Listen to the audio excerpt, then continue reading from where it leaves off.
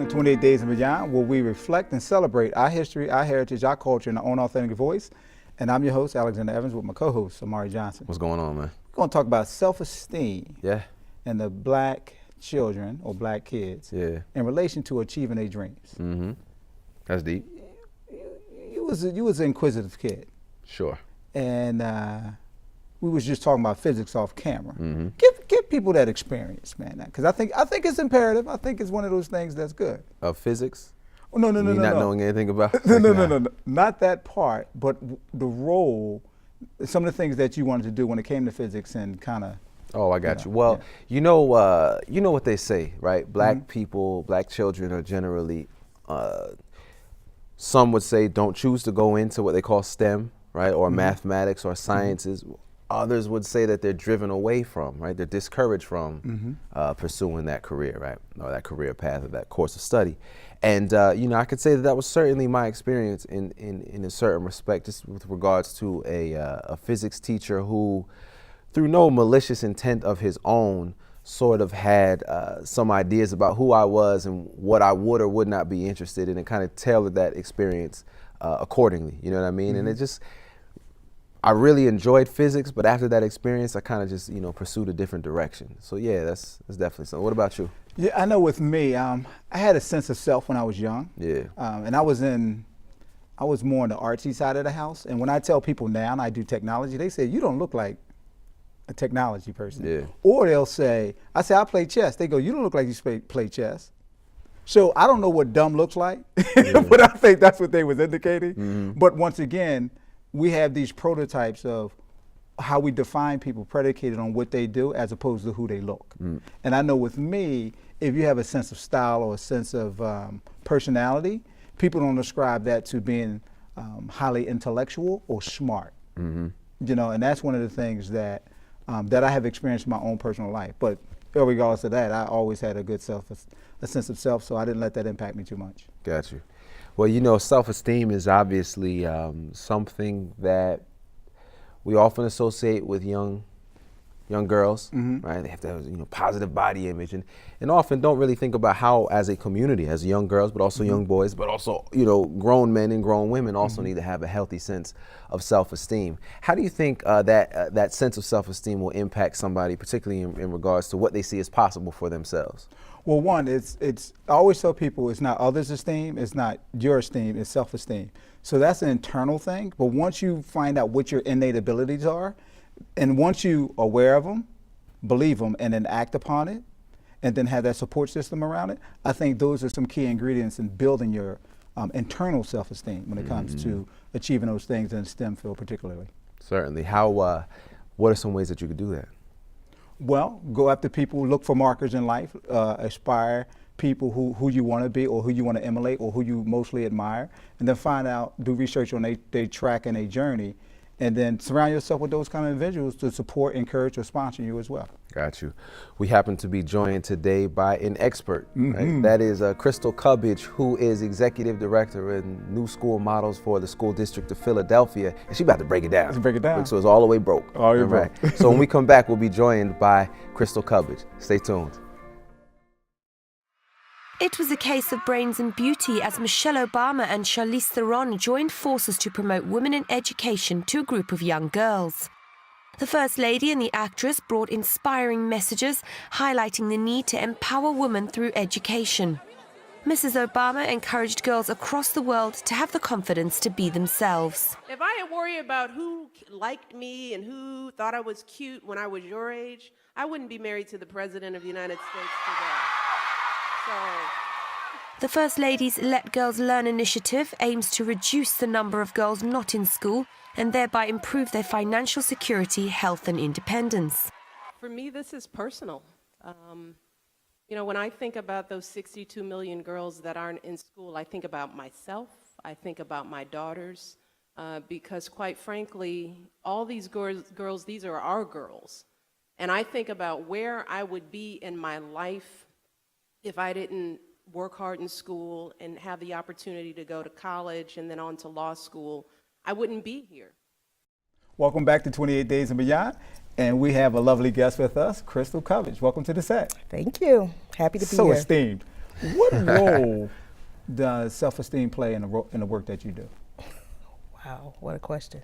In the work that I do, it's the Office of New School Models. We are tackling the serious issues that are in the school district of Philadelphia around school choice, around kids from the neighborhoods, kids who might not go to a Central or Girls High or Masterman. Can we offer them school models that engage them?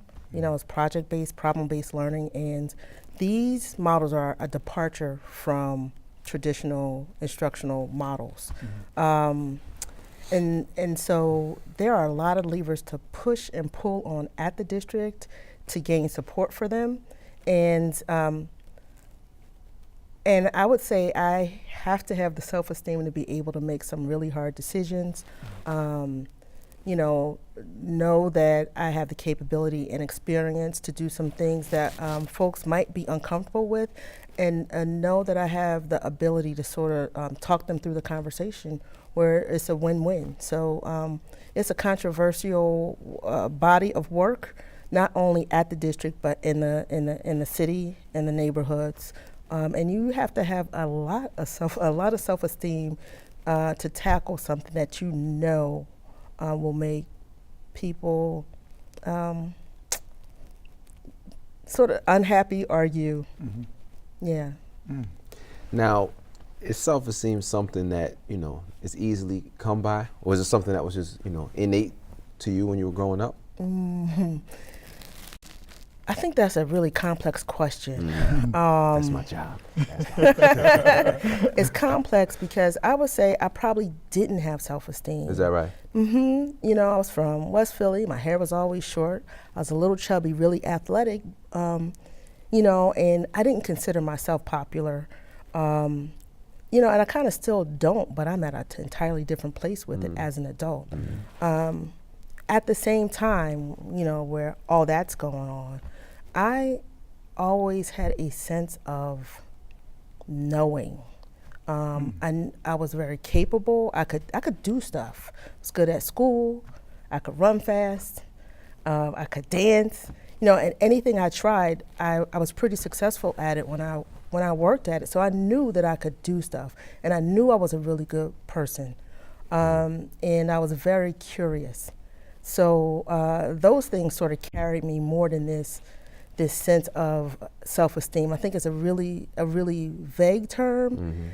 And I also think as my life progressed and I worked hard to expose myself to different experiences, like I went to school outside of my neighborhood. I always thought my mom did that, but later she told me, no, it was your test scores and one of your teachers wanted to send you to Masterman. I went to Masterman. So the more experiences and exposure I had, the more sort of confident I became, and that's how my self-esteem developed. I feel like some people come here with it. It wasn't something I feel like I was born with. Now you went to Masterman, so it's a magnet school. So to let everybody know, so only the selected 1% get in. But nevertheless, you could have went to a lot of different universities, but you chose a HBCU. I sure did. Now, why you do that? Lincoln, to be exact. The real reason I chose an HBCU, okay, the biggest reason was my brother was there. Wow, okay. That was the biggest reason. The compound reason is that I had been at Masterman for 7-8 years, and while 5th through 9th grade it was diverse, 10th through 12th it wasn't. And I did stuff like took dance classes outside of school to keep myself sort of grounded in my own culture, but I felt disconnected. I felt like I needed something to reground me in my folks. I did. So Lincoln was the place for me. I did it a little bit reluctantly. Another reason I chose it, there's a third reason, is that I didn't know anything about a college process, which is why I simply followed my brother. I was like, whatever, I'm just gonna do what he's doing. Okay. And I knew he was in this STEM program. It was called the Laser program back then. And I'm like, I can't lose with this. Like, if whatever degree I get, I should be okay. So it was strategic. It had nothing to do with my interests. Yeah. It was just in our house. We knew we were going to college, and we knew we needed to get a job afterward. Finish. However you did that was your business, and that seemed like the way to me. And I mean, but over the course of your life, you went to Harvard. You also worked at NASA. Were there ever times where your self-esteem was challenged, or? Absolutely. So my first job out of college, which is, I was talking to someone off set, which is a big deal these days, was at NASA. So I graduated with my physics degree, and even though while I was doing my coursework, I thought, oh my God, like, what am I doing? But, I know I can get a job. So I got this job, and, I always had a really good work ethic.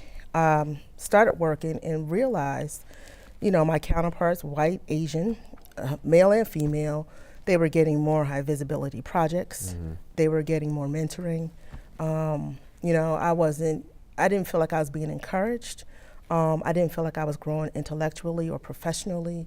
I felt really lost and marginalized, and it seemed like if I did the simplest things on these projects that I was assigned, it was like, oh, great, wow, well, like, whoa, you did that. I'm like, this is nothing. Yeah. And I was 22 at the time, so I really did not know how to deal with that, how to ask for what I thought should be the pieces of my career. Right, and there was this one woman, Dr. Sylvia Washington. She had been at NASA for a little longer, African American lady, and she was the one who was saying, kind of counseling me and saying, like, this is what you should ask for, this is what you should do. And I did those things, but I thought she was a lot more assertive than I was. And so, I took her advice, and her advice was good, but it didn't feel like the way for me, and it didn't feel like an environment where I would grow and thrive without, like, seriously fighting. Certainly. We'll be back with more from Crystal Cubbage here on 28 Days and Beyond. We're getting ready to dig a little bit deeper, y'all. So I think it's imperative, and it is part of my passion and my mission to make sure that every girl on the planet has the same opportunity that I've had, that my daughters have. And I want to make sure that all of you here in the United States are taking advantage of the opportunities that you have as well. I want you to be that hungry to get your education, because it is going to be the key to your future. Theron is not only a UN messenger of peace, she also founded the Charlize Theron Africa Outreach Project in her home country of South Africa. The Oscar-winning actress urged girls to understand and recognize their worth. We're back with 28 Days and Beyond, and we're about to get deep with Crystal Cubbage. Why do you think it was imperative and critically important to give back? I've been given a lot. Okay. A lot. Both my parents gave me everything they had. My dad actually went to West Point. Okay. Graduate of Wharton. So just visually, that example, having so much structure in my home. My mom came from North Carolina, up north, made a life for herself. Watching how much she loved us and took care of us, and worked and gave us everything that we needed. And as I moved out into the world, and I mentioned Sylvia Washington earlier, I've had so many mentors. Had a cousin in dance school who, actually, that's where my sense of self-esteem started growing. She told me I was beautiful, I took ballet, jazz, tap, I did all this stuff, and she just encouraged me so much. Mr. Walker, who I met at Lincoln, was also another person who introduced me, I would say, in very explicit ways to my higher self, so really helped me, realize, like, the quality of my life, my responsibility. Even though my father always said, like, do whatever you want to do, but it's your responsibility. To have somebody outside the home to reinforce that was incredible. So my development would have absolutely been arrested if there weren't people reflecting back to me who I was in truth. And letting me know, like, the world was mine. I could do whatever I wanted. because I didn't feel like that, and with each step that I took that was uncomfortable for me, I continued to get encouragement, and I went further and further and further out there. I would say the furthest out there, at least in a physical way, is this trip I took to Ethiopia by myself. Who does that? Somebody that's confident. Exactly, but a lot had been put into me by that point, and I had created experiences for myself, and that meant, I can look at a map, point to a place, and go to it if I wanted to. That's what's up. So, obviously you've had a lot of life experiences, a community of people everywhere you've gone who have kind of, invested into you. In your work with the school district, what do you see as the biggest dream killer amongst youth? In the school district, in work I've done personally with students outside of the school district, just all over, the dream killer is an internalized negative sense of self.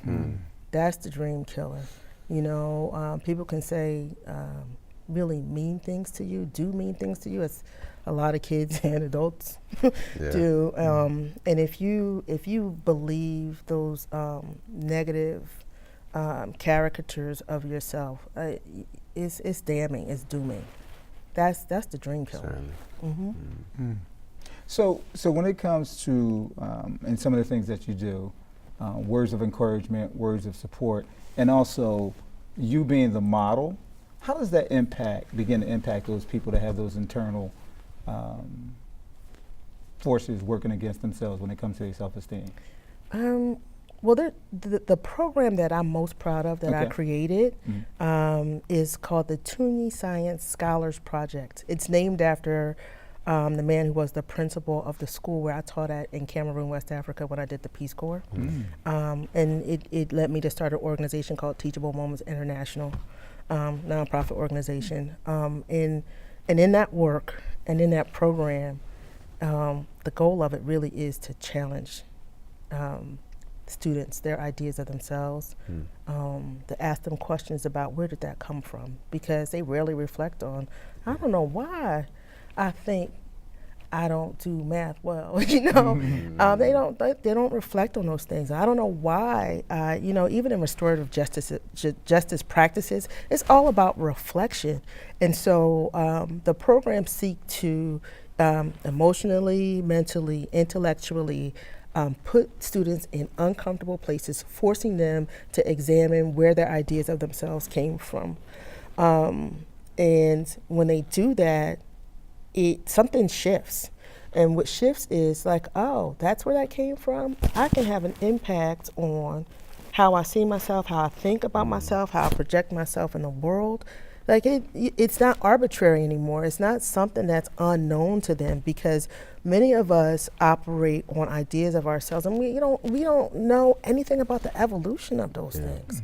So I think, the more opportunities you give students a chance to take on something that's an enormous challenge, even intimidating, and you support them through it, those scary moments, they realize, like, I can overcome things that challenge me, things that frighten me. I have support networks, people who care about me. There's programs that support what I'm doing. They learn that there are ways to overcome barriers. But I think that can only happen by giving students authentic challenges. And in this program, for example, I have high school students teach their counterparts in Cameroon topics in physics, chemistry, and math. I have them do community service projects. One student, Sarah Shiki, my girl, she happens to be white, and when she went to this program, we got to a point, it's a month long in Cameroon, where she goes, I feel so white, like what here would make her say that? And this was some time ago, but it was a critical moment, and we talked through it. We just had this conversation that bonded us for forever. So that's how I think you develop it, you address it, and you help young people take that power back. Now, it's not, obviously that's something that takes a period of time. It's a process. What are some of the challenges that you've experienced with that process? Personally, or with students? With students. With students, Sometimes you have parents who they need for their children the children to see themselves in a certain way, and so anything that challenges a parent-informed idea of a child, that could be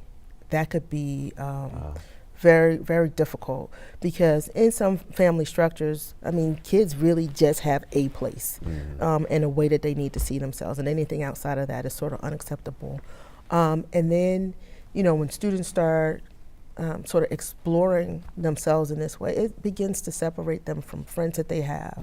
And they're out in an uncomfortable space where there's no support. I liken it to like, there's the current of culture, the current of society, and if you're countercultural in any way, you're swimming against the current. And it's hard for young people to be out there on their own, believing in something that is intangible, you know, and that's where that inner sense of knowing begins to develop. But as they take on challenges and they're successful in them in real, authentic places in the world, they begin to really develop that. But it is, I think, dealing with yourself in that way is so countercultural that it's easy for young people and older people even to just regress and just say, no, I'm not going to do that. Well, Crystal Cubbage, we want to thank you for joining us on the set of 28 Days and Beyond. And when we come back, we'll have our final thoughts. There is nothing sexier than a smart woman.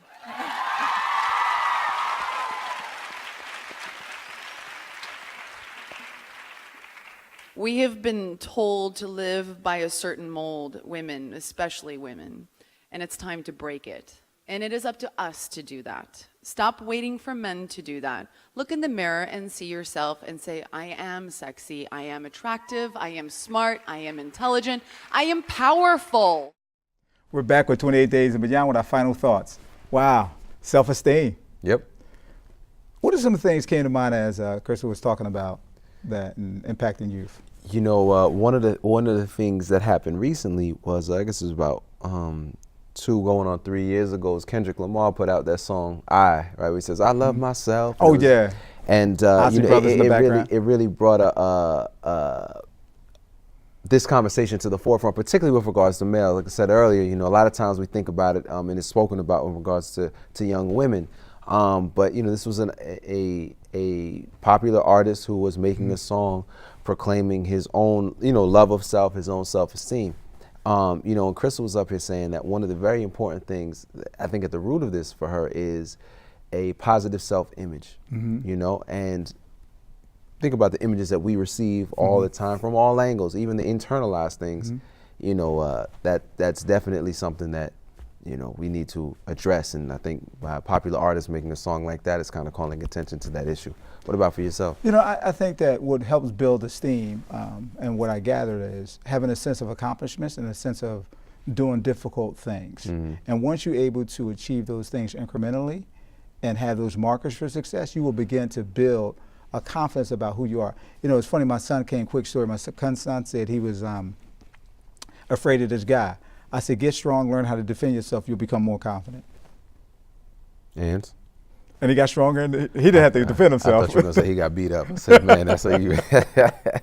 Definitely so, man. It's extremely important that we have, obviously, knowledge of self, faith in ourselves, and work towards constantly improving ourselves. That's how you build self-esteem. But this has been another great episode. That's right, I said it. A great episode of 28 Days and Beyond, where we reflect and celebrate our history, our heritage, and our culture in our own authentic voice. Until next time, peace.